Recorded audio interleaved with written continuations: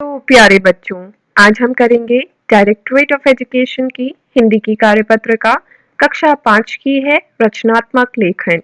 विद्यार्थी यहाँ अपना नाम, यहाँ अपने शिक्षक व शिक्षिका का नाम लिखेंगे। क्रम संख्या 150, दिनांक 21 तारीख की वर्कशीट है। नमस्ते प्यारे बच्चों, उम्मीद है कि आप सब स्वस्थ होंगे। आइए हम नीचे दिए गए चित्रों के अनुसार एक कहानी बनाएं।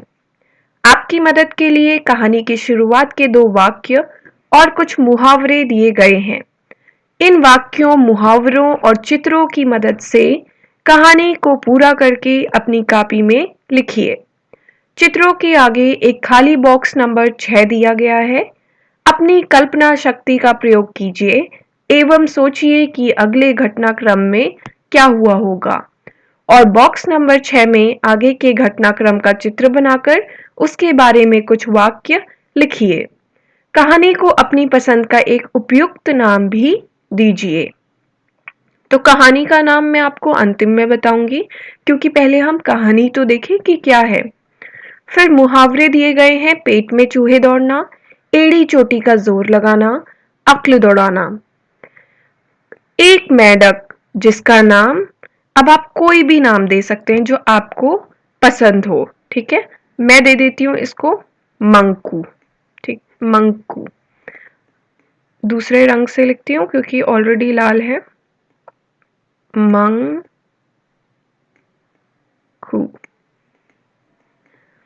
एक मेंढक जिसका नाम मंकू था, एक दिन बहुत जोर से भूख लगने पर परेशान हो गया। वह मच्छर व कीट पतंगों की तलाश में घर से निकला। तो उसे बहुत भूख लगी थी, वो घर से निकला। अब देखो अगले उसमें क्या हो रहा है। उसने कीट पतंगे देखी। मैंने कहानी यहाँ लिखी है नीचे, पहले मैं आपको यहाँ समझा दूं, फिर इसके बाद आपको वो कहानी दिखाऊंगी। तो वो घर से निकला परेशान होकर। फिर दूर चलते चलते उसे कुछ कीट पतंगे दिखाई दी और फिर उसने उन कीट पतंगों को पकड़ने के लिए एड़ी चोटी का जोर लगाया। कभी इधर उछला, कभी उधर उछला, और परंतु उसके हाथ कुछ न लगा। फिर उसे लगा कि आज तो मैं भूखा ही मर जाऊंगा। फिर उसने अपनी अक्ल दौड़ाना शुरू किया और उसे एक जलती हुई मोमबत्ती दिखी और वहां उसे बहुत सारे कीट पतंगे भी दिखाई दिए। तो फिर आपको 6 बॉक्स खुद कंप्लीट करना था। ये देखिए मैंने यहाँ एक पिक्चर लगाई है। उसने क्या किया होगा इसके बाद? उन कीट पतंगों को खाकर अपनी भूख मिटाई होगी। तो इससे क्या समझ आया कि क्या शीर्षक दे सकते हैं हम, कविता का नाम दे सकते हैं मेंढक की तरकीब। उसने एक तरकीब लगाई और उससे अपनी भूख मिटाई। तो मेंढक की तरकीब, यह है कहानी का शीर्षक, मेंढक की तरकीब। अब देखिए बच्चों, कहानी मैंने यहाँ लिखी है। उसने इधर उधर देखा, बहुत से कीट पतंगे थे। शुरुआत आप यहाँ से करिएगा। एक मेंढक जिसका नाम मंकू था, एक दिन बहुत जोर से भूख लगने पर परेशान हो गया।